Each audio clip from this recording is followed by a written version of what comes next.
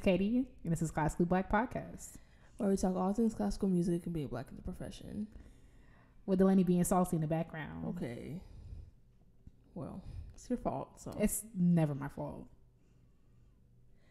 The fact that someone would ever say that shows you that they don't own up to the things that they do. That they would say that nothing is ever their fault. Okay, maybe not never, but at least 9 times out of 10, it's not my fault. I think that's reasonable. See, y'all hear this? That can't possibly be it. How you know? You don't know what statistics I got going on. All right, we're talking about delegating faults. All right, so the news this week. Let's just keep moving right along. Let's just keep moving right along. How come? We're really gonna do this? Nope. What's the news? Sad news out of Maryland. The National Philharmonic. I heard about that? Saw that. Yeah, they are closing. Abruptly too. It was like, hey girl, so right. Loved your last concert. Hope you liked it. It's over. Right. I was like, dang. It was like out of nowhere. Out of nowhere. They've been in operation for over 40 years. And now they're closing pretty abruptly. They're the largest Montgomery County-based producer and presenter of classical music concerts. And the closing of this orchestra is going to cease operations for more than 130 union musicians and staff. Ooh, so where they going? Yeah. I know that's wrong, but where y'all... Now I go to viola auditions. It's 407 violas. Yeah, because this is also in Maryland, and you know everything that's going on with the BSO right now. Yeah, and the BSO came out and said that a lot of the people in this orchestra sub with their orchestra. Oh wow! So imagine you got this crossover going on. You thinking, oh well, BSO's on. Okay, it's not on its last legs. It's a bit of an exaggeration. It's a bit of an exaggeration. I was about to say. Did they figure it out yet? No, I think it's still no, they playing around in the midst.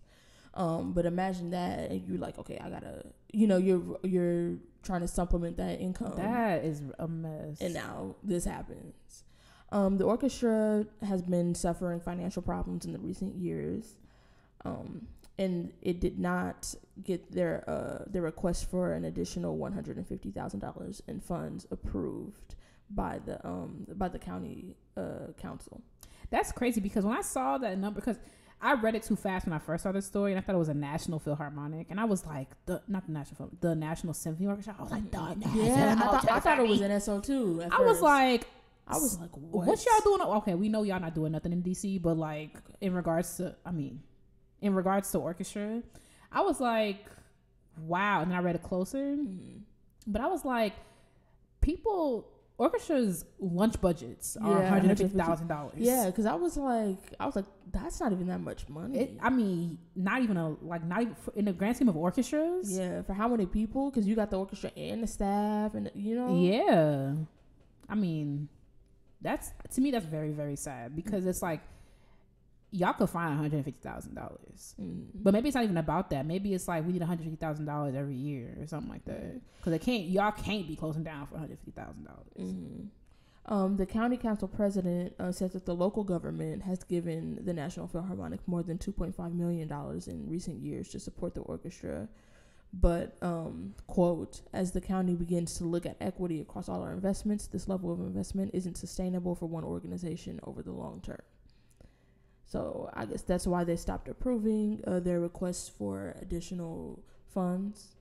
And the county council president also said, quote, that it's disappointing that the organization wasn't able to leverage these investments into a financially sustainable model.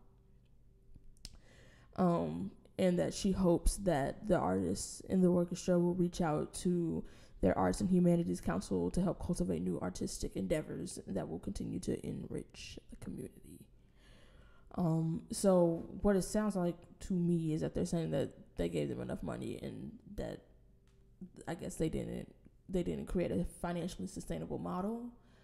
I don't know what their model is, so I'm not going to speak on that. But I feel like that's sort of like a pattern that we've seen. I'm about to say, I feel I'm not going to place blame. Also, I'm not running nobody's orchestra, but to me, it's like you look at the orchestras that like thrive like, I mean, this is like not the right orchestra to look at, but like if you look at the LA Phil, it's like okay, if we take Gustavo out of it, right? Because like him being a celebrity helps, right? It's but like also he rose to fame in the LA Phil. That is true. Here, at least. Here, but also he was famous before. Yeah, that's what I mean. Like here is he rose to fame, like to be famous here. You know what I mean? Like he was famous in other parts of the world for sure before he was at LA Phil. Yeah, but if you look at them, it's like the amount of stuff they do besides just play Beethoven, I think is what makes them a powerhouse. Like the LA Phil is a power. There's like literally no other orchestra in the country or world that is doing what like Chicago has like their civic orchestra. Look but we was at 2 months ago. You said what? But look where we was at 2 months exactly. ago. You know what I'm saying? It's like there's no orchestra besides the ones who have like fellowship programs. There's no orchestra in the country that's doing what the LA Phil does. I feel like the LA Phil is going to be around for like ever because they're sewing into the community. And I'm not saying that because I'm biased because like we hear. I'm saying that like it just works. Like you had like I don't understand why orchestras don't do more of this. I'm like, yeah, you only have $150,000, but like letting kids like having programs that are in partnership with your orchestra, even if you can't sustain them for all the entire year. We're not talking about flying kids out first class to come play with your orchestra. We're talking about like what are the orchestra musicians doing to feed into the community besides putting on concerts. Yeah, I feel like for a lot of these orchestras, all they know is we get revenue from ticket sales, so we got to keep programming stuff that people are going to want to see. And I know it takes time to build an organization that's like successful off of these community programs. So it's like, how long does it take to do that? The LA Phil has a ton of money, so it's like I'm not even sure how that would work, but it's also not my job to figure that out. Exactly, that you have people who are in place to figure that out, whether they're part-time, volunteer, whatever. You have people, these orchestras have people who are supposed to be doing this. And like I said before, like the LA Phil is not a great example, right? Like it's a powerhouse. Yeah. Like, and they have so much money. So much money. Not the best example. I was talking to one of the ladies who works in the donor, like she deals with all the donors and stuff, and we were asking about famous people, and like Seth MacFarlane just gave them a couple $1 million. Like imagine. Like they have celebrities, that give to this orchestra. They have a lot of money, but also they didn't start off that way. That's what I'm about to say. Like they probably haven't always been that way. It's like people see what LA Phil does and they're like, I want to do what that I want to sew into that. It's like ain't no way that y'all getting all of your money just from ticket sales. Like that to me, I don't know how orchestra works on the inside, but that even to me that sounds ridiculous. Like just like to me, like it sounds a lot like, tying into what we're gonna talk about today, it sounds a lot like churches struggling to pay their bills based on tithes and offering.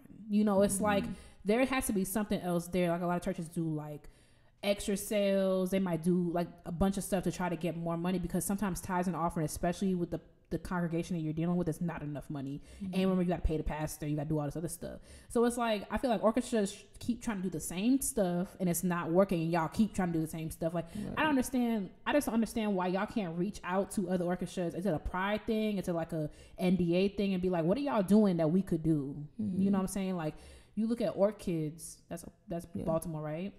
Or is that Boston? Where's Orchids at? Orchids is Baltimore. You look at Orchids, like I don't know, like how much are they involved with the BSO? And I have to look into that more. But it's like there are ways that you can try. The same way that Yola is. I think so. But so that's not a good example. But there's so many things that you could do that, to me, from the outside, that you could do to build up like an orchestra like that. Like why don't y'all have some version of that? Like, you don't have no partnership program you could do with the kids in Maryland. You're in freaking Maryland. Like, there's plenty of kids in Maryland who need access to classical. You don't need access to classical music, but who would like access to classical music. Like, y'all try to keep doing the same thing over and over, and then you gonna be right here on this podcast when you closing yet again. Right. Like, come on, like. And I know that it's like, for some of y'all, it's too little too late. Like, I get we saying it like, y'all like, well, we can't do that. You can't do that now. But there was a point in time where you could have. And your little Mahler tickets were selling really nicely, and your Beethoven overture was selling real nice. And you're like, this is fine. Yeah. And like, you have to move with the times. Like, you must move with the times. Yeah. If not, you're gonna be looking crazy. Looking crazy, abruptly closing, and like, y'all didn't know y'all might close back in September. Maybe y'all could have petitioned your patrons. Because something tell me, like, when they say it's abrupt, like, I feel like it don't be all that abrupt. Yeah, like y'all knew. It said that they've been having financial troubles for a couple years, and it's like it's not getting better. I guess I have no idea. I guess this model of having orchestras and people buying tickets and like just making money off your ticket revenue, I guess that's been working for so long, but you had to have known that's not going to work forever. Yeah, especially since like the way people consume music is continuously changing. Yeah, not a lot of people want to go sit through a concert. I know I don't. I keep trying. I don't dislike concerts as much as I used to, for sure. But like, I'm sitting through concerts like that, I don't know. Yeah, I love concerts. When Sis was throwing her hair back the other night, I was like, okay. Like, man, I had such a good time. Like, and also I really love that piece. Also, just Piano Concerto by Tchaikovsky. The way that I listen to music, I just feel like it's so much better with the headphones, because I like it loud. I like it, and it couldn't be that loud because and stuff.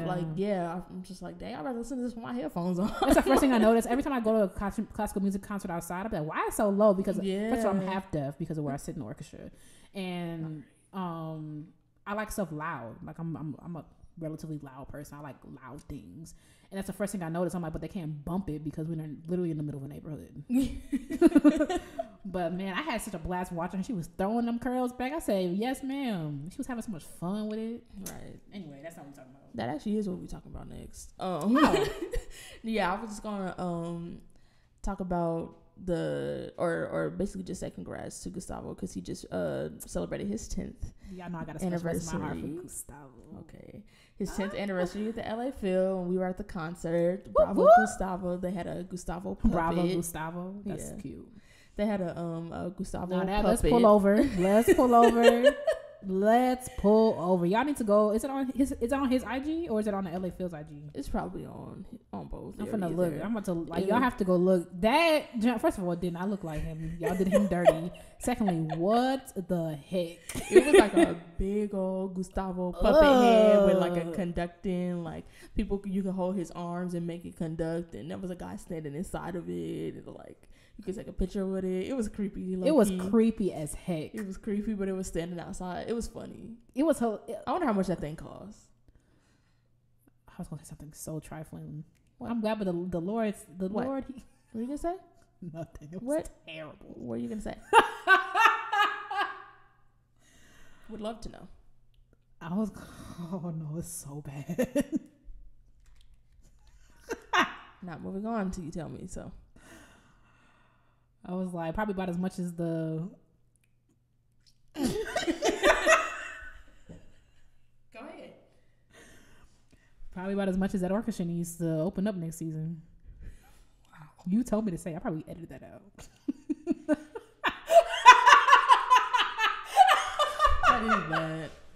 You said what? That is bad. I told you it was bad. I don't know. I see how I feel. How petty I'm feeling.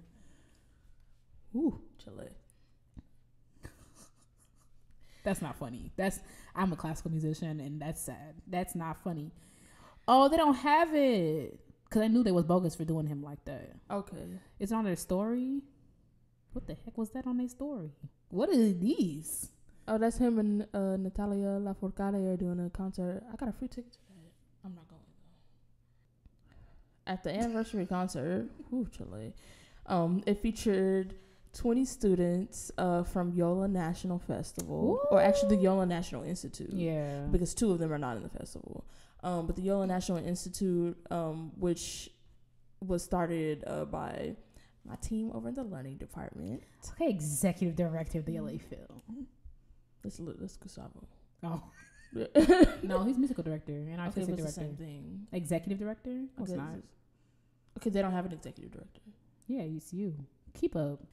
Anyway, the Yola National Institute, which is 20 students, and they're going to help them with their musical journey. This is like things that they need like through college and college auditions, and basically they're like this is the inaugural class, and they're going to do like webinars that help them prepare for college, and they're going to Scotland next month These kids are living. Right, on tour with the LA Phil, which they used to only do for Yola students, but now they're like expanding it so the students from other Elsa Cinema inspired programs can do it. Because like in the past, like they've done a couple of these. Every time the LA Phil goes on tour, Yola students go with them. I've never been, but like when they went to Korea last year, and then before they went to like Japan, they've been in London, like. Mm-hmm. But now they're expanding it to their national programs. So they'll be going to Scotland and playing with the LA Phil and playing with the Elsa Cinema programs in Scotland. And yeah, they got to play on stage at the Hollywood Bowl side by side with the LA Phil at the concert. They were so happy. I was like so excited. I don't even know them kids. I was all right because I don't know any of them, but. Mm-hmm. My heart was so full. Like, what an amazing... You'll never forget that. The girl who sat concertmaster, mm-hmm. you will never forget that. Gustavo shook your hand at the end. Like, what the heck? That is amazing. Yeah. So, congrats to them and congrats to Gustavo. Yeah, 10 years. That's amazing. Mm-hmm. I cannot believe it's been 10 years already. Yeah. I remember when it was like a huge deal when he first came. Yeah, I remember when he first came, too.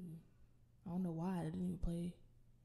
the bass yet, but I remember hearing about it. Mm-hmm.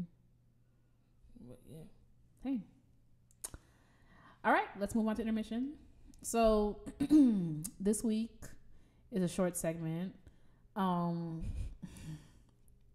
QT&A, questions that need answers. If you're Black, you know the other name for it. Okay.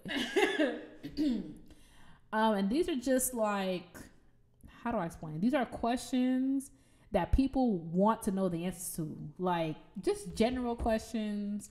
Of course, we made them, we curtailed them to classical music, but like just trifling questions, basically. So, what's your question? I was nervous about doing this because I was like, I feel like we always yelling at somebody for something. I mean, but there's plenty of people to yell at. Okay. One thing that I just want to know, because it baffles me every time I have to deal with it, is how so many musicians don't have spatial awareness. How? Especially when it comes to instruments. Yeah. Especially when it comes to large instruments. Because a couple weeks ago, I was at a rehearsal, and why this dude's bass was laying down, why somebody come and lean on it with both of their hands to talk to somebody on the other side of it? You are lying. No, not lying. Nope, not lying. I just don't get it. What about this makes you think that it's a table? It's not a table. It's not a coat and it's check. not your. And most importantly, it's not yours. It's not yours. Above all, it's not yours. Like, if I want to ride my bass like a surfboard, that's my business. So, then that's my business. But I just don't get it. And then it's not even like, even like at places like Eastman, where it's like these are people who are pre-professional musicians who will just be back there stepping over your neck and crip walking across your bridge and stuff like. Is it a problem? That's what I said? All right. Because you started doing a podcast with me. Meanwhile, you accost me with your words every day. Anyway. Yeah, I just don't get it. I don't understand. I'm so conscious of when I'm around somebody else's instrument. Yeah, because especially since for me, I know I'm clumsy. So I'm extra careful. Like, extra I'm not careful. Touching your junk unless I absolutely must. I'm not. Like, nah. Like, I will not be the one who's responsible for breaking your livelihood. I won't. Right. Right. But not everyone feels the same. So let me know if you know. One of my questions is, who asked for your dissertation length comments during studio class? Who asked? I want to know. Because I know who you're talking about. Listen, I really didn't target that towards nobody in particular. Sure you didn't. But honestly, like, there's only one person I paid for lessons, and it ain't you. And it's like, it's awkward for us all when you keep talking around in circles when you give me your opinion on something. Like, I take comments seriously in studio class, and but the degree of seriousness depends on like who is it coming from. Like when you like, you could experiment doing score tutorial, I'm like, I'm playing this next week. No, I cannot. Like, what? Like, sometimes if you don't have a comment, like a lot of times people be like, I don't have anything to say. But when Neil used to play his excerpts in studio class, there are plenty of times people be like, I don't have anything to say. Keep that energy. You don't have anything to say. And then my last question, which I think both of us would appreciate the answer to this one. Why we start playing the national anthem at orchestra concerts? Girl. Why? Let's talk about it. Because yeah, I'm so confused. So why you sitting down? Y'all lucky I don't lay down.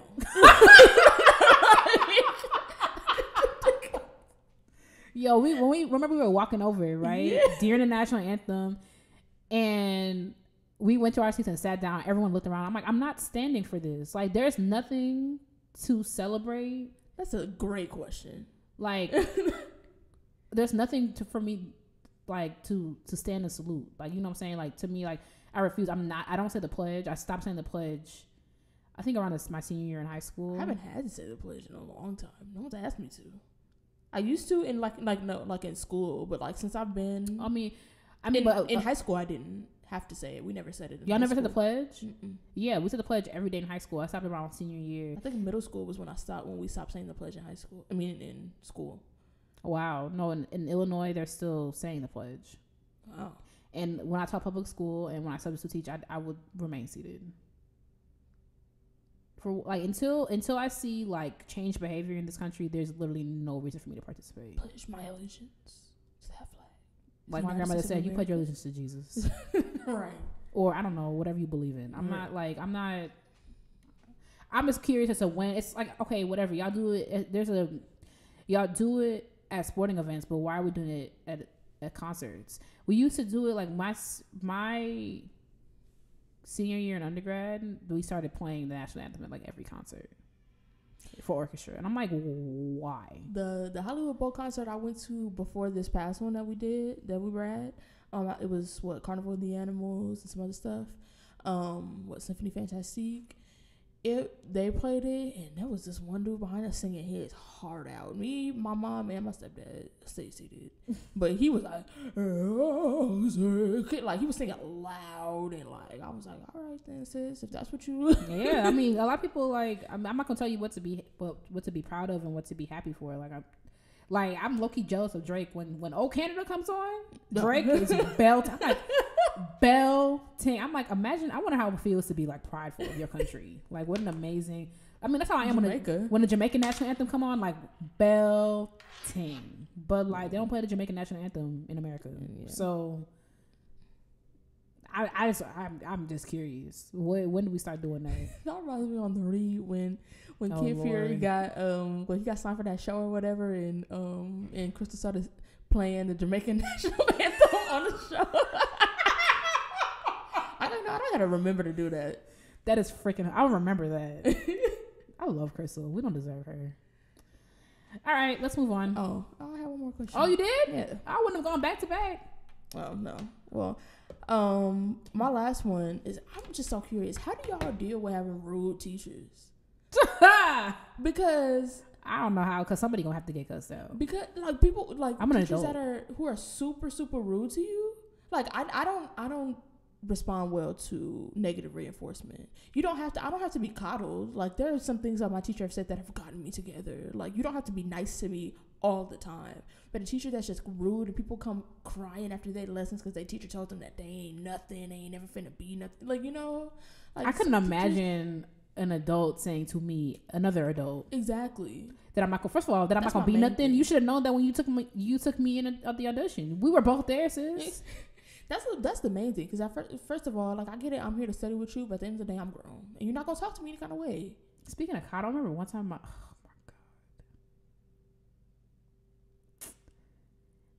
I remember because I'm not gonna say too much, but one of my former teachers like wasn't terrible to me, but could be.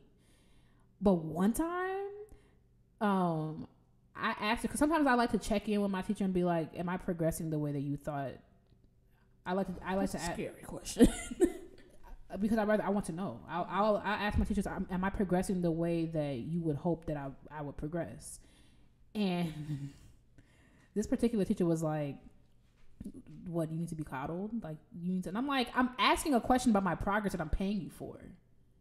I was like, no, I want to know, am I progressing the way that you thought? What? You sound dumb. Are you kidding? Yuck. I don't know how the girls be dealing with that. I mean, I'm asked after my first semester at Eastman back in 2016. I asked Mr. Taylor, "Am I progressing the way you thought?" He was like, "Yeah." Da, da, da. Like, because that's a question that I want to know. What can I do differently? What is not enough for you? What do you wish? I mean, like, and teachers would be like, "I really wish you had this and this," but like, sometimes they might not say nothing. Maybe sometimes they might not say what you thought. But I don't know how y'all deal with it. All right, y'all. This week we taking y'all to church. Yes, y'all. We talking about we gonna start a little series, a little mini series about So we posted something. I can't remember what it was on IG, and somebody posted, like, someone commented on it. Someone commented on the sticker in the IG story and was like, "What this got to do with classical music?"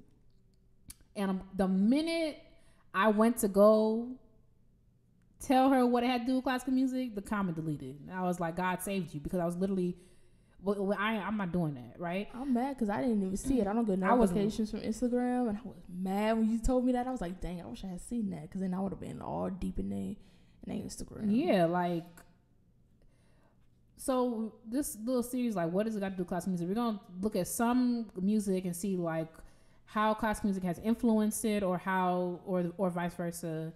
And we are starting with gospel music. Oh, gospel. Honestly, one of my favorite genres. Like, yeah, I think I actually like gospel more than like ratchet music. Same. So yeah, we gonna up there like, yeah. Yeah, I think God is like, oh, thank God. thank me.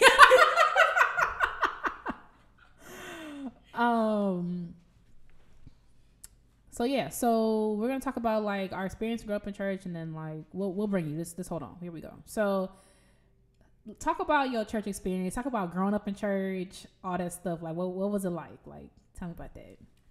Well, I went to a Baptist church, so come on, Baptist extra. Shout out to New Mount Calvary. Baptist people, like y'all are extra. What was your church name? New Mount Calvary Missionary Baptist Church. That's so black.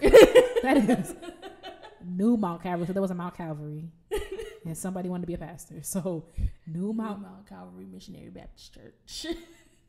The Baptists, y'all are extra. When I told Katie, I didn't know that people like the usher. Like, so our ushers have uniforms with the white gloves, and they have there's a special song and a walk that they do. That is freaking ridiculous. And I wish we had a video camera in here. I wish this wasn't a podcast, because I would show you this. I would show you the walk. When I saw it, I was like, I know you lying. Like, how? Ain't no way. First of all, I'm thinking about like my pastor. My pastor wouldn't even allow that. He would be like, absolutely not. And Pastor Dill is a joker, but he would be like, absolutely not. Like a walk too, not even just a song. Yeah. Because the reason why I realized, like, I never knew how extra Baptist the Baptist denomination was, specifically Black Baptists, until I went away to college, because whatever, I'm looking for a new church, right? When I went to Mount Pisgah Baptist Church in Bloomington, Illinois, and they had a welcome song. I'm like, oh yeah, y'all have a welcome song? With the one where the Greet Your Neighbor song, or what? Okay, y'all got a welcome song. We're glad you're here. What? Yeah, like I was like, we would like to welcome you to Mount Pisgah Baptist Church. Oh, I didn't. Like, It wasn't no customized. It was customized. I was looking around like, y'all got a welcome song? When I tell you, Pastor, get up there and be like, if you're visiting for the first time, please stand. And then also in Baptist church, y'all like to pass the mic, and I was like, absolutely not. I was like, no.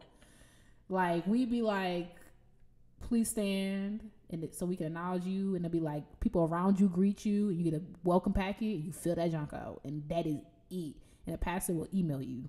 Dang, or it's a business transaction. Or I don't know how. I've never been a visitor to my church, so I don't know. I assume it's an email. I assume Pastor Diller's not calling individually. Maybe he is. He seemed like the type. I don't know. But I was like, I'm not passing no mic and tell you my name is Katie. Oh, y'all don't do that? That's the good morning, church. so random.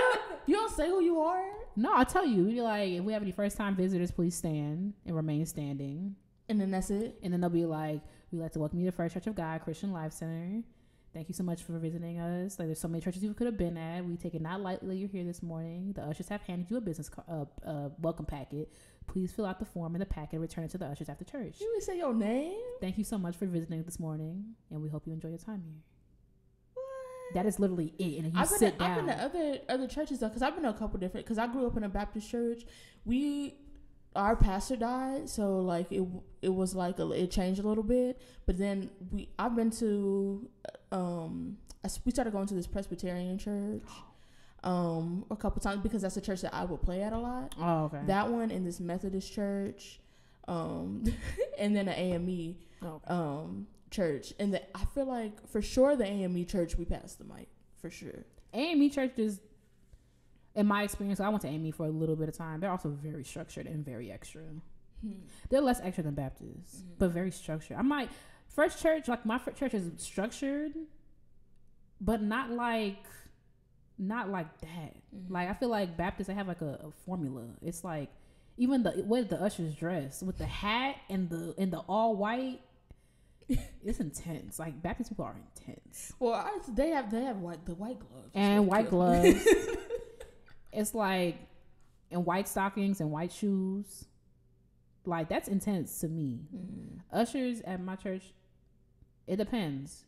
It's dressed down now. Like my pastor just dressed down during the summer, so like they wear whatever they want. But like I think they wear black. When my former pastor was there, like my childhood pastor was there, they had an usher uniform. It was like blue, like a navy blue, but like I'm telling you, I mean, what's my denomination? Church of God.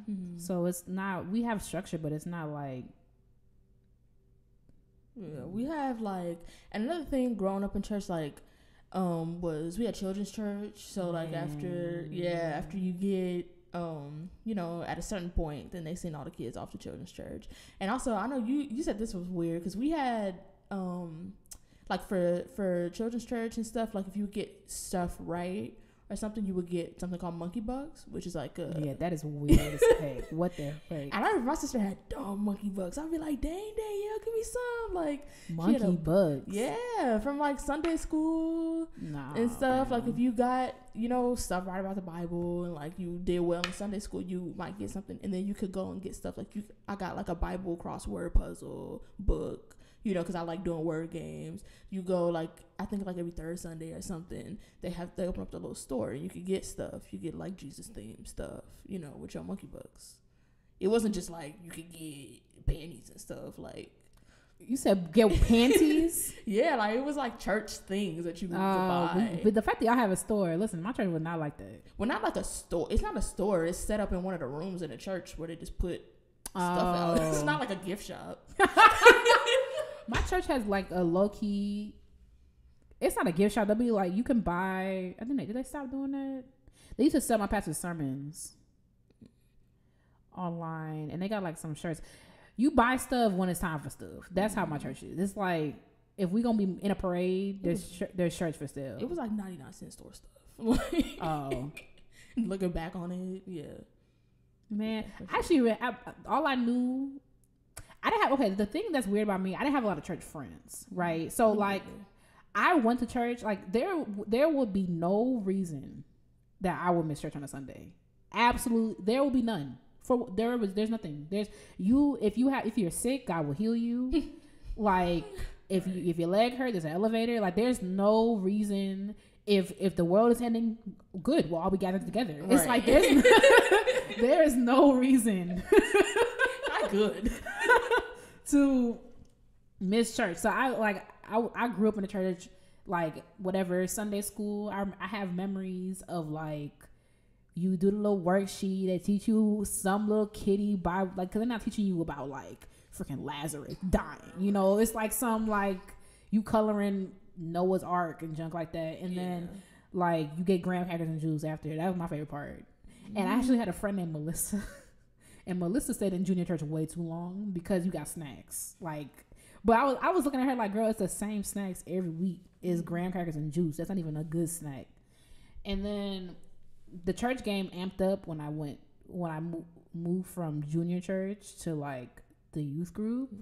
And the youth group was popping when I was in there because we used to like the youth choir, like automatically if you're in the youth group, you're in the youth choir at my church. And we used to like do a lot of stuff with other youth groups and like concerts and junk. And I had like youth group, like I was at church 3 times a week by the time I was in middle school because I had church on Sunday and then I had youth Bible study on like Tuesday, and I had choir rehearsal on like Wednesday. And like I was a church kid, like period. And my senior year in high school I joined the adult choir, so like that was like because our youth group kind of fizzled out. So all right. You didn't say it like that.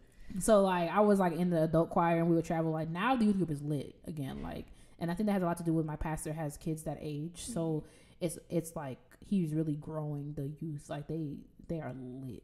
Like, so I had a fun time in church. I was also a PK for like a smooth second. Like it's weird. The story's interesting. She was wild. I'm not wild though. And also PKs, like wild. PKs are either the best kids in the world or the worst kids in the world. It's like not really a lot of middle. I feel like I'm definitely the best. Worst. There's no way. Like, yeah, I was a PK for like a smooth 5 years. But also, because my uncle is he's an apostle, and I don't know what the difference between like all those things are. There's so many words, but I don't know. I feel like apostle, minister, bishop. Yeah, like, apostle is like a disciple or something. So like I think that's like literally what it means. Mm-hmm. So yeah, he's a pastor, and my aunt, not my aunt that's married to that uncle, two different sides of my family, but my aunt, she worked in she was a Sunday school teacher at my church. But yeah, I think I didn't have that many friends. I had this one boy that his mom insisted that we would get married eventually. Oh my god! Because yeah, like church, you gonna be my daughter-in-law. I was definitely like small. That is weird. Yeah, because she had a daughter who was around my older sister's age, and they were like best friends. And then her son was like maybe a year older than me, and I don't know why she wanted that to happen. I was literally probably in elementary school / middle school, but yeah, it didn't. He glowed down. So did I, but okay. Anyway, I was at a weird age because a lot of people in my youth group or whatever also my church went through some things when I was everybody who black know what that means, but my church went through some things, and before my current pastor came, so like there weren't a lot of kids, much more a lot of people coming, and it was hard. It was hard because it's like my church is a really big church. Like it's not a mega church by any means, but it's also not a small church. Like it's a we're looking at 200, 300 members, something like that. So there wasn't a lot of kids, so I feel like I missed my window. And the people I was in youth group with, like they were older than me or significantly younger than me. Yeah. So there wasn't really, but I mean, I had fun at church. Yeah. I want my kids to be. If I had kids, I would want them to be church kids. Like church is fun. It is fun, especially when it's like you're in the middle where you're not like one of them bad kids that be doing all types of crazy stuff in church. Because I definitely have friends that did stuff like that. But when kids start wilding, like y'all doing like stuff and But like parking lots and junk, like. But like when you're like a church kid, that's like you grew up in church and you have good memories, you know, from it. But you wasn't like, ugh, you're like, you know, like when you're in the middle. That's my grandma. My grandma like, she stopped asking me if I go to church on Sundays because like I'm such a disappointment to her. It doesn't like the master's degree means nothing to her. She's like, you go to church. I'm like, all right, that's church. Hey, you act like she. I don't know. Hey, go to church today. I'm like, have to practice, grandma. Oh. Why you making her seem like she? Because my grandma's trifling. But I've been trying to go more. I definitely, like, when I was home for them 5 weeks, I went I miss it. I don't have to miss it. It's there. It's just that Don Juan is also here. So it's going to be better now that I don't have school and constant torture. So. Okay. Let's talk about the music side. Let's talk about the music side of church. Like, I touched on a little bit. I was in a youth choir. You'd be jamming. The youth choir always lit because it's like you're young enough, so like you can't be too worldly, but like you bring a little bit of stuff in there. Like that was my thing, and also like I grew up with gospel music. My mom only listens to gospel music. When she playing something else, like if I hear jazz, I'm like, you good? Like everything okay? Because I'm so used to like that's what my mom listens to. That's what I grew up on, and that's a lot of my years. I recently got into like other styles of music, like maybe in college, because I'm like, let me explore some other stuff. Because I would only listen to gospel, and I was fine with it, of course, because I would have explored earlier, you know. But like, gospel is like has a huge place in my heart. Definitely my favorite genre of music by far. And yeah, probably in ranking order of favorite music. Oh God, it's probably gospel. At the very, it's probably gospel then classical. Because at first I was gonna say gospel rap classical. Okay, why should you be a rapper, a gospel singer? But like, I think classical and maybe even gospel and classical is tied. I will say that. Yeah, but. Gospel has a special place in my heart. That's probably why it will always be number one. All the black people know when your mama start blasting that gospel music on Saturday morning, it's time to get up and clean. I don't have that experience. Because your mom always plays gospel. That's probably why. Maybe.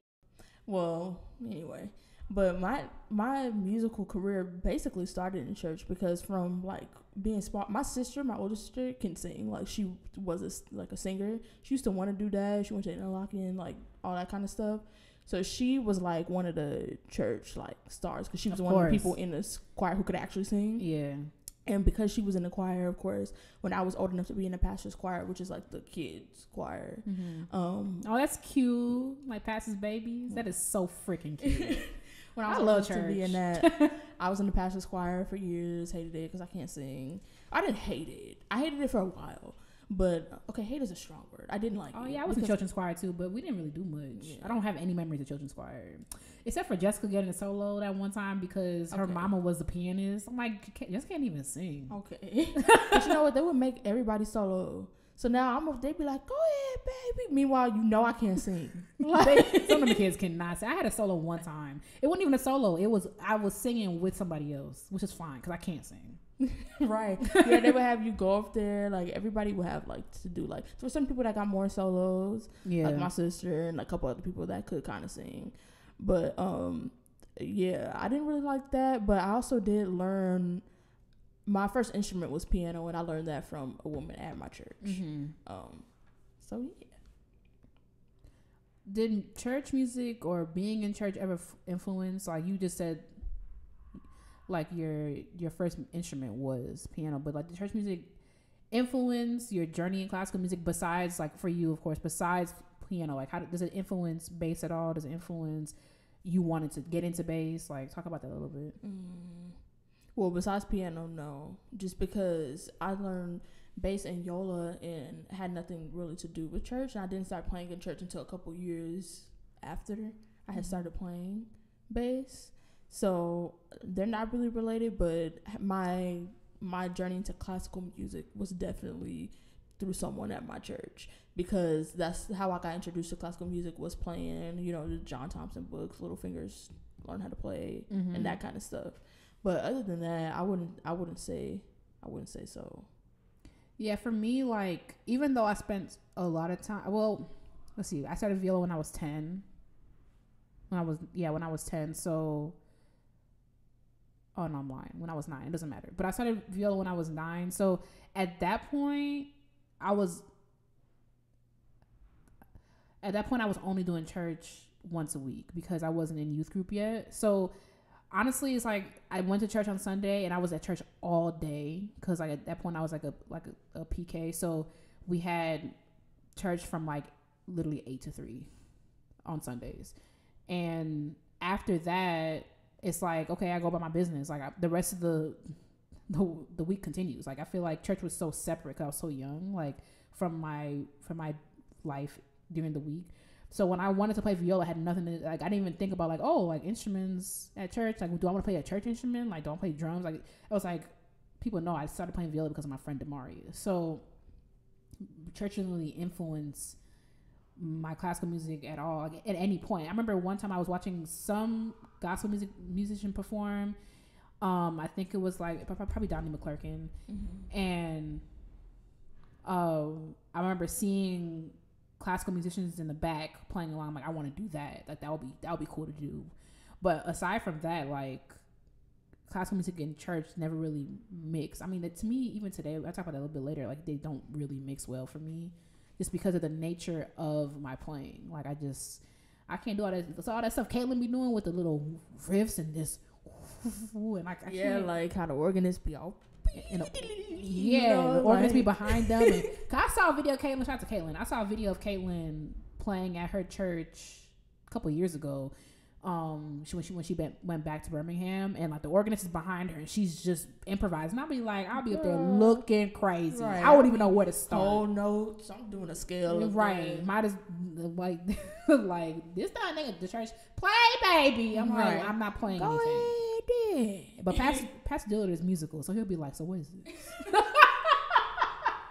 Pastor, I don't play around with him. He used to play trombone. Oh, okay. So I don't know how far he went with it, but like he don't be letting no foolishness go on. So he'll be like, why don't you talk to Eastman and figure out what the Lord bless you with a gift, baby, but you got you gotta go see what them folk can do. He don't even sound like that. He's like young. He's like 35. Right, you over here acting like he sound like Martin Luther King. He don't sound nothing like that. Pastor is young. Okay. But we're talking about classical music. Does it influence church music or vice versa? Does church music influence classical music? And we'll get there, but because there's a difference between church music, like what we talking about, like gospel music and like sacred music. But what are your thoughts on that? Like, does classical music influence church music, or does church music influence classical music? So I don't know. I definitely don't think that. Okay, well, hold on. Let me chill out for all my. I definitely don't. Okay. I do think that church influenced classical music. I wouldn't say church music because church came first. Before they started, that's part of the reason why they started making like music, those chants and those magic, like that in the very, very beginning of music before we had note heads and stuff. Like the reason why they did that was for religious services. Yeah, that wasn't just for fun. Like we didn't start making music for fun for like a while. Yeah, So I definitely think that church and religion influenced classical music in the early, in the early stages, the very, very beginning, and then also through. Bach and Handel, and even there are some classical composers like Tchaikovsky that use prayers and hymns in their music. So I do think that they're related in that way. I'm not so sure about like our modern gospel music though. Yeah, I think I would agree with you. Of course, it's because it's literal facts. So when we talk about classical music influencing church music, there would be no classical music without church music, just because I was there when we learned about it from the dust of the earth when God blew into Adam until now. What a time. So talking about classical music influencing church music, church music influencing classical music rather. Like when we talk about masses, when we talk about madrigals, well, some madrigals can be secular, but I think, don't quote me. But I guess later on, I don't know. Yes, okay. So people were. I was asleep. No, I'm just kidding. Because people were writing people started writing secular music, and then they were. But when we talk about like masses and stuff, of course, like classical music, church music influences. Classical music, influences church music, right? But when I'm talking about like the stuff I listen to, like gospel, Donnie McClurkin, Kirk Franklin, stop. It's gone. Make me clap my hands. Make me wanna dance and stop. Put your hands together. Hey. GP, are you with me? Oh yeah, we at the church, we ain't going nowhere. GP, are you with me? Oh yeah, we at the church, we ain't going nowhere. There you go. Now, the stomp, the whole stomp, nothing but the stomp. So churchy. That was lit. We're talking about how classical music influences gospel music. Mm-hmm. People love to put little strings on stuff and make it sound fuller, to make it sound, because it's like it sounds good without it. Of course, mm-hmm. You know, like my church. Look at my church. Like we have an organist / pianist, because he'll hop over just in case, depending on what Pastor Dillon wants. Like sometimes you want the organ to back him up when. I forgot what it's called when you're exiting a sermon, like black pastors when they do all that at the end. When you exit, he might want an organ behind him instead. So organist / pianist, we have a guitarist, a bass guitar, and drums. Mm-hmm. And like for some churches, that's a lot. Like I feel like we got a lot compared to some. Yeah, my church had a keyboard and he just put the organ thing on. The organ sound. That's crazy. Like we actually have an organ. Yeah. We had a grand piano. What happened to it? What did you do with that piano? I wanted to ask. I realized like that it was gone when I came back. I realized that in December, actually, not just this past time. Mm-hmm. But also, like, honestly, if he sold it, like, I wouldn't even blame him. Like, who played it? Yeah. You know who played it? Our former music minister went to Northwestern, and he was a dean in my high school, actually. Wow. And he was a music minister at our church for a while, and studied piano at Northwestern before he went to administration. And when he would come and do concerts, whatever, he would use that piano. But it's like, who's even paying to tune it? It's like, there's really no point. Mm-hmm. But I think we have a lot compared to some. But adding strings, like Tasha Cobbs, she just did a live recording like a couple of years ago when she did that thing with Nicki Minaj. And like, she had that same setup of everything I just said. Like, that's all she had. But a lot of gospel musicians have used strings to enhance whatever, and it's like, are they playing classical music? No, they're playing gospel music, but it's still, you can see that the influence of classical music can have on gospel music. So one example that is like the most recent would be Kirk Franklin's collaboration with Matt Jones. So Matt Jones has an orchestra in Chicago. He's I want to say the right thing, but he has an orchestra in Chicago that he does a lot of recordings for a lot of artists, and his most recent collaboration was with Kirk Franklin for a song. It just came out too. I need to listen to it more, but Father Knows Best. And Kirk Franklin been in the game for a minute, so he can afford strings. Like, that's a thing. I feel like a lot of people want strings, but when it's like time to pay for strings, it's like, well, y'all, we was thinking we could get $100 for 6 hours. Hope that could work. Like, what? Child, if you want strings, you paying for strings. You feel me? So Kirk Franklin been in the game for like 25 years. So he collaborated with that orchestra, and it just sounded amazing. Mm-hmm. So that's definitely an artist who values strings. I'm not saying the other ones don't value strings, but like Kirk Franklin has a history of recording with strings. So what about you? Like, how have you seen classical music influence gospel or anything else? Well, how I've seen them like used together. My high school had a gospel choir. I love high school gospel choir. I think that's the coolest thing. Yeah, I was surprised they had the robes and everything. Like, cause it's like you wouldn't expect that. Like the school I student taught at had a gospel choir. First of all, which would because of the black population. I'm not saying that gospel is only for black people, but it was definitely like it was black gospel. It's black gospel, right? So it's like when I saw at the school that I was teaching at, I was like, and also it's always, it took them to talk about religion in school. So it's like, that's always been like, not weird, but kind of cool. It's like public schools got gospel choir. Like, that is crazy. Well, go ahead. But my school's gospel choir does like their big concert at the end of the year. They always get like a string ensemble from the orchestra. That's cool. To play in the gospel choir. And I was like, I always think that that's so cool that they do that. I never played because they usually just have like violin, viola, cello, and then like the band and stuff. But like I said, I didn't start playing bass in church for like a couple years, but for a period of time in high school, I was playing in church a lot, like in different churches that I was like connected with through Inner City Youth Orchestra of Los Angeles. And just recently, a couple weeks ago, we played the concert at Disney Hall with the Aretha Franklin tribute, within Aretha Franklin tribute that featured some of Aretha's gospel music. And it was so fun because it was like like right, it feels churchy in there. I love being churchy in places where you're not supposed to be churchy. Yeah, Disney Hall, the employees was probably like, "What is going on?" Yeah, like it was bumping, like. So that, and then I also have a lot of like, that was full orchestra plus a band in the middle, and then like of course they had 3 Arethas, quote, to sing her different stuff, which is such a good idea. To have like, instead of getting like one person just to try to be Aretha Franklin, they got 3 people with like 3 different voice types.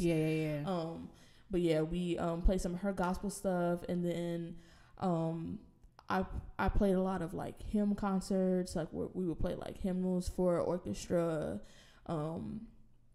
That's like the main experience that I've seen, like merging classical music with gospel.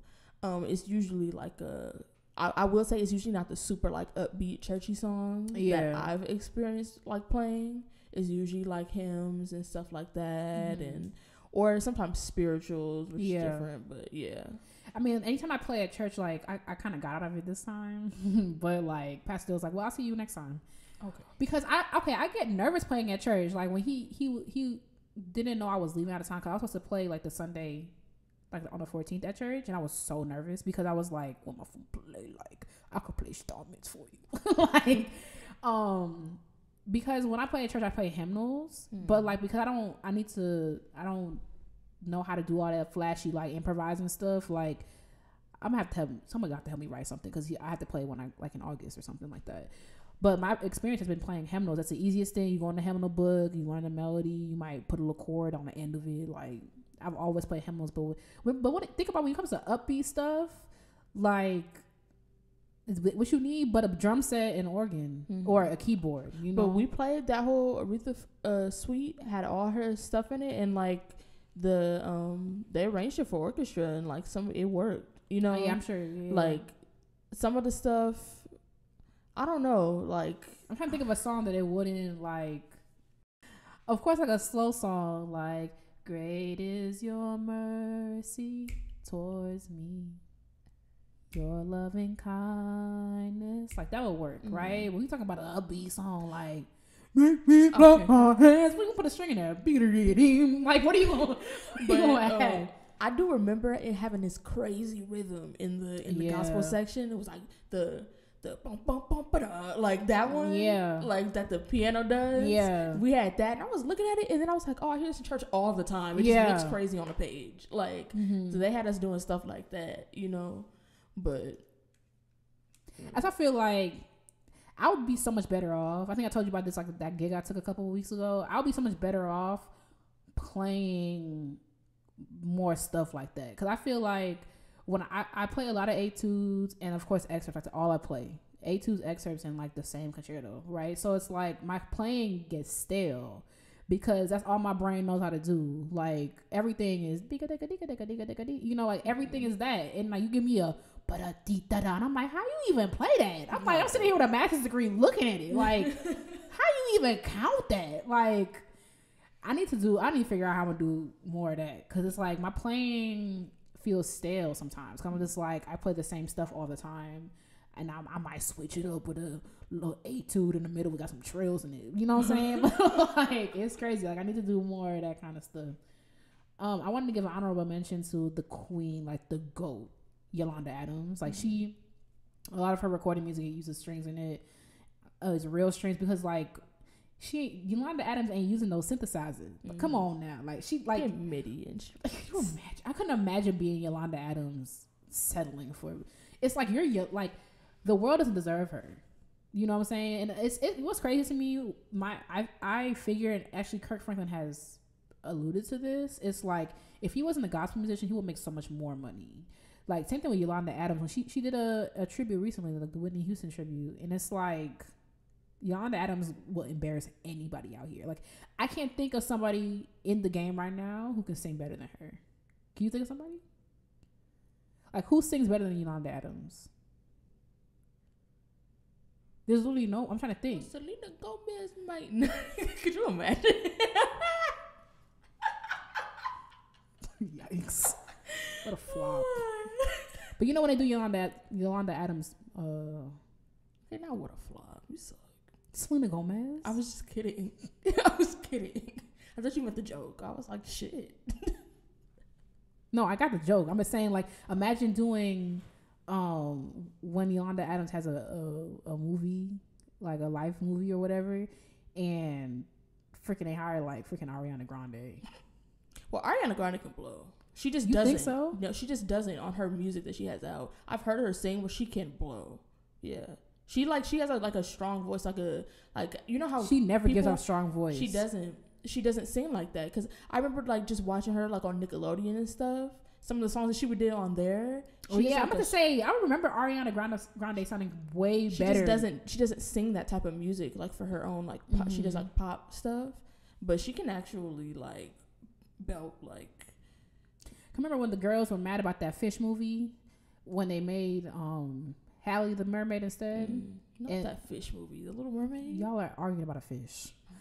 And someone said like it should have been Ariana Grande. I'm like, who wants to hear Ariana Grande squeal for an hour and a half? I don't think that doesn't seem like her voice though, like a Disney princess voice. I think that Holly definitely has a Disney princess voice. Yeah, I'm saying like honestly, like I think I've said this before, probably last week. I'm like, what they did is she went to the audition and got it. Like that is the only, especially since like everybody else is like different races. You know, like she literally went to the auditioning, and it's like all of y'all are so butthurt still, and it's like if you listen to her voice instead of being racist, like you would be like, oh yeah, like she literally fits the character. Yeah, she do. Now if they hired like Beyonce to play the mermaid, now we got something to talk about. You know, like I would have been behind it because it's Beyonce. So I wouldn't be behind that. I would be behind it because yes, Beyonce. Actually, now I think about it, but I mean, I'd be like, how that gonna work?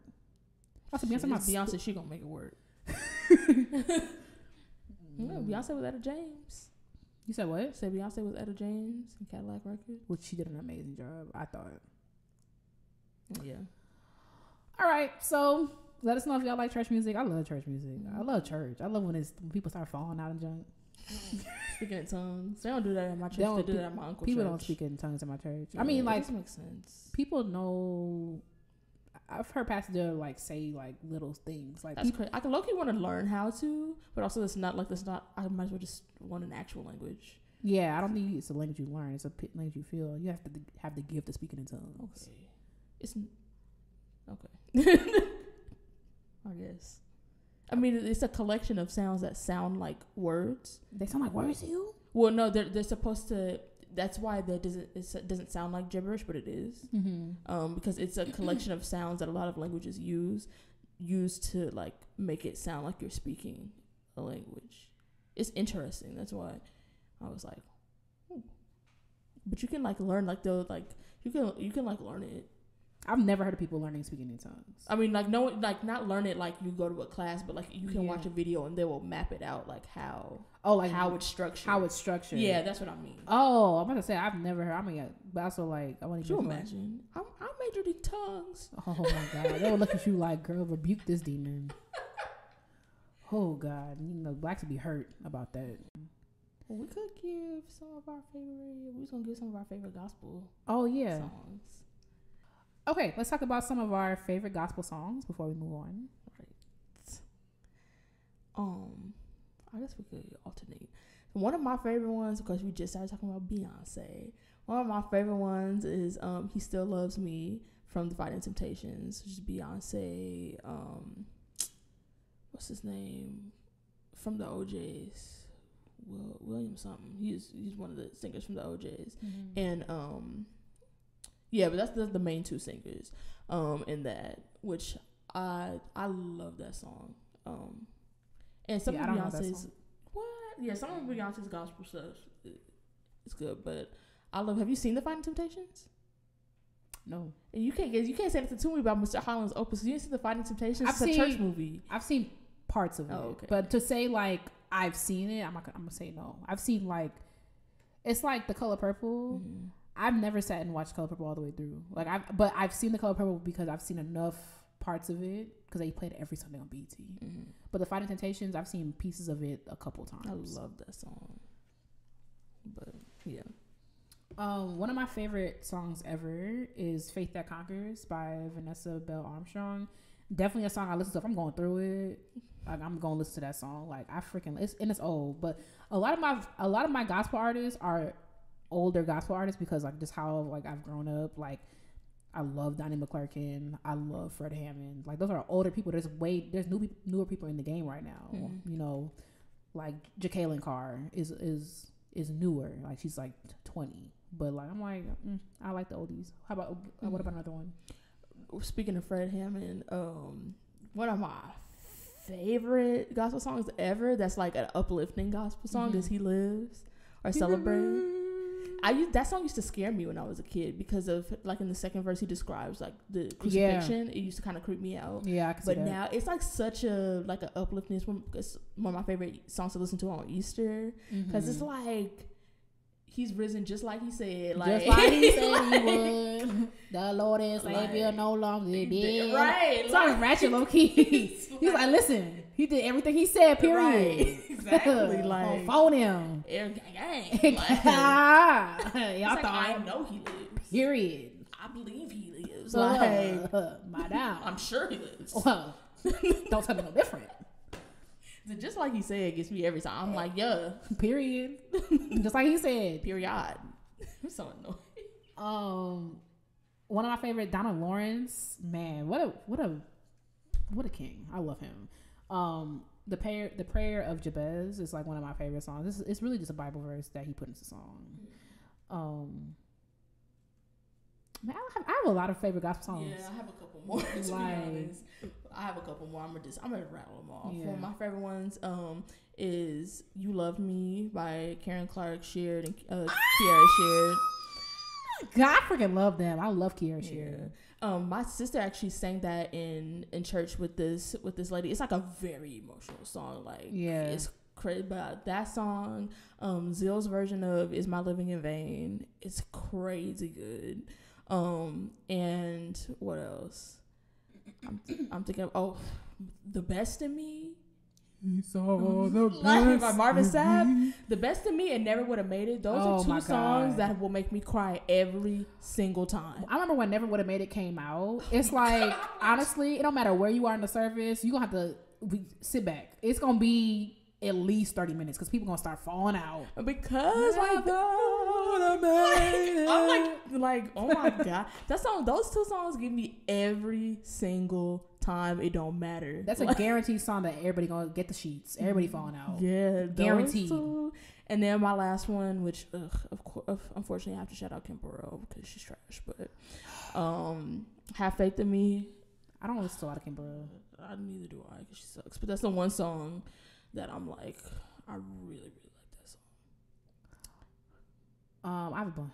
Okay. "Never Too Busy." It's low-key a read. It's by Byron Cage. That sounds like a read. I can already tell. Like, especially it starts off like, "When you climb the ladder of success, and the blessings they begin to pour in, make sure you're never too busy to praise Him." It's a read. You be sitting in church with your head down like, okay, yeah, I got into the little orchestra, but they ain't like, let me catch up. Right. Definitely like "I'm Available to You." It's like a lot of times like a kid song. I Told the Storm, like that right there is like one of my go-to songs. I'm going through something because it's like I told the storm to pass, storm you can't last, go away. I command you to move today. It's like that song can make me cry. And I'll give like one more because I'll be here all day. Encourage Yourself. It's actually by the Tri-City Singers. Is actually my favorite song because it's like talking about like people could pray for you and all that other stuff, but sometimes you gotta encourage yourself. Like sometimes you gotta pick yourself up by the bootstraps and be like, I can make it. And like the lead singer on it, like it's just like, even if like people who listen like you don't do that church stuff, you don't do that God stuff, it's like Richard's like that. Mm-hmm. Richard is not a Christian. Richard don't do that God junk. It's weird because he's doing his dissertation on contemporary gospel. Exactly. His words, don't do that God junk. But gospel music is just good. Yeah. Like it's not even like it, like regardless of the message or not, like you don't resonate with the message or not, it's like some of the stuff we listen to, like I would encourage you to take a listen just because like the music is just good. Like when we started like learning about modulations and music theory, I was like, oh, we been here. Like I've been knew how to do that. Like what we talking about? You know, like church music is just very, very good and has a special place in my heart. All right, y'all. So let us know what you think about gospel music. Anything we talked about, anything we missed, let us know. And we are moving on. It's time for Black Excellence, where we hype you up, gas you up, and give you your props because there is room for everyone at the top. This week, we're talking about Martin McCain, and just strap in because honestly, this is ridiculous. We stopped recording and she was like, you know what, I'm gonna just read this off because I'm gonna be here all day trying to put this together. Because normally I write it out so I could like keep track. Mm-hmm. You know, it's just easier for me to see less words on a page. Mm-hmm. But like honestly, I low-key have to be somewhere right now. So and it was gonna take at least an hour. Like it's crazy. Wow. Oh my. Okay. So Martin McCain is a bass trombonist and a Global Music Award gold medal winner. What did I even? Dang. So out of all the musicians in the world, you got gold? That is crazy. He's in high demand, as you would imagine. Right. As a performer, recording artist, and soloist, and chamber musician and orchestral musician. You know, just so all the things. So anything you need. He's in high demand. He's in high demand. Okay. He's performed all over the world, and also his performance has been featured on Performance Today in Knoxville, Austin, Tucson, Chicago, Toronto, and Hong Kong. Come on, Hong Kong. Right. He's appeared as a guest artist at many festivals, including the International Trombone Festival, the Great American Brass Band Festival, the Zagreb Brass Festival, the Brazilian Trombone Festival, and the American Trombone Workshop. He's also the leader of the award-winning jazz trombone. My bad. Is it trombone? Yeah, the trombone ensemble, Jazz Bones. That's cute. Oh, I get it. Not I get it. And a member of Minor Fourth Trombone Quartet. And what's cute, he also performs a duo with his wife, Artina. They're the McCain duo. Artina is a doctor and a pianist. She's a doctor. She got a whole bunch of letters behind her name. We stand. He is also an orchestral musician, of course. And he's the principal bass trombone for the Brazos Valley Symphony Orchestra. But he also performs other orchestras, including the Iris Orchestra, San Antonio Symphony, Austin Symphony, and Memphis Symphony. And of course, many others. And so those are what he regularly performs with. But let me tell you what he has done. So he's performed with the Malaysian. What? Okay. The Malaysia Philharmonic Orchestra,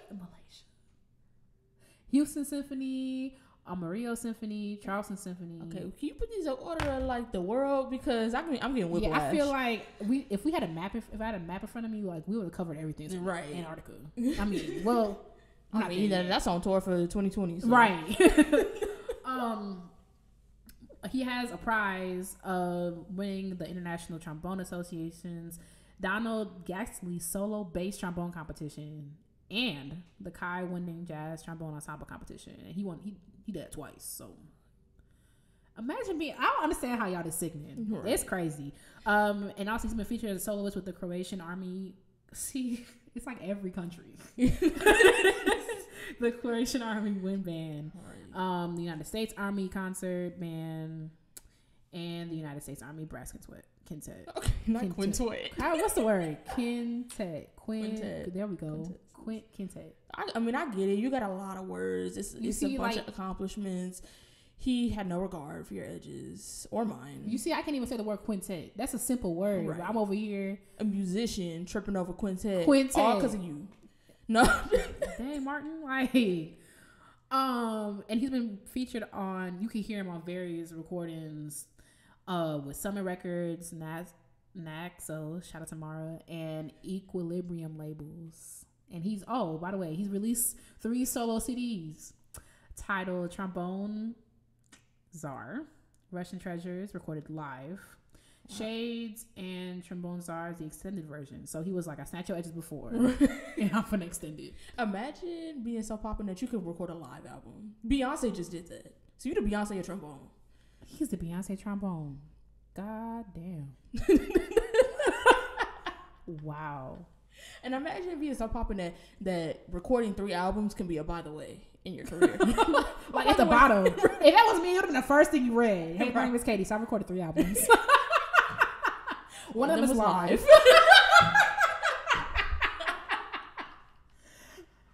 It's like somebody recording your recital.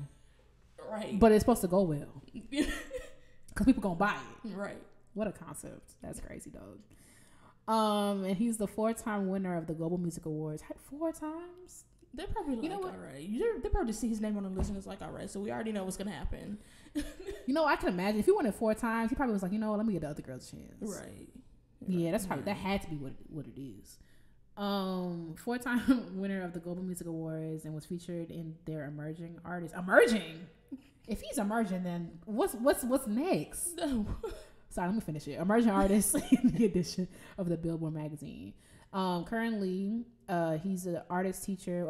In addition to. Right. Teacher of trombone at the Texas State University.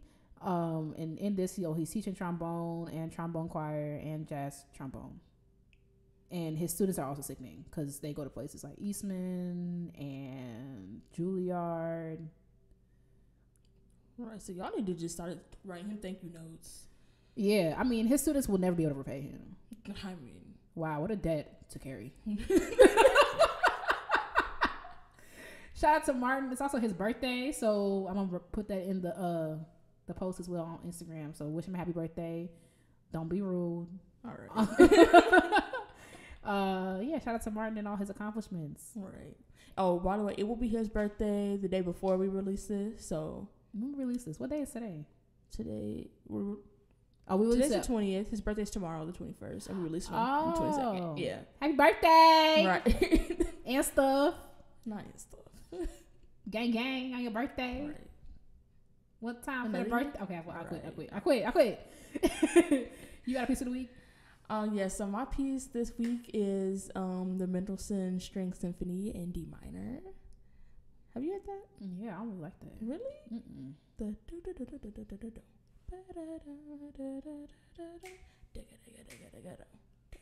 What? Yeah, I don't really like the String Symphony. I'll listen again. I haven't listened in a couple years. Are you sure it's that one? He wrote like a bunch of them. That's the 7th one. The D minor one is the 7th one. Or maybe it's one of his earlier ones. Hopefully. Because that was lit. Okay, I'm gonna look it up. All right. That's a wrap. I'm not gonna get into it. Y'all already know it's lit, so. Thank you so much for listening to Classically Black Podcast. Don't forget to follow us on social media at Classically Black Podcast. If you have a piece of the week suggestion or a Black excellence suggestion, and you have no regard for our edges, send them to classicallyblackpodcast@gmail.com, and we will talk to y'all next week. Bye, y'all. Bye.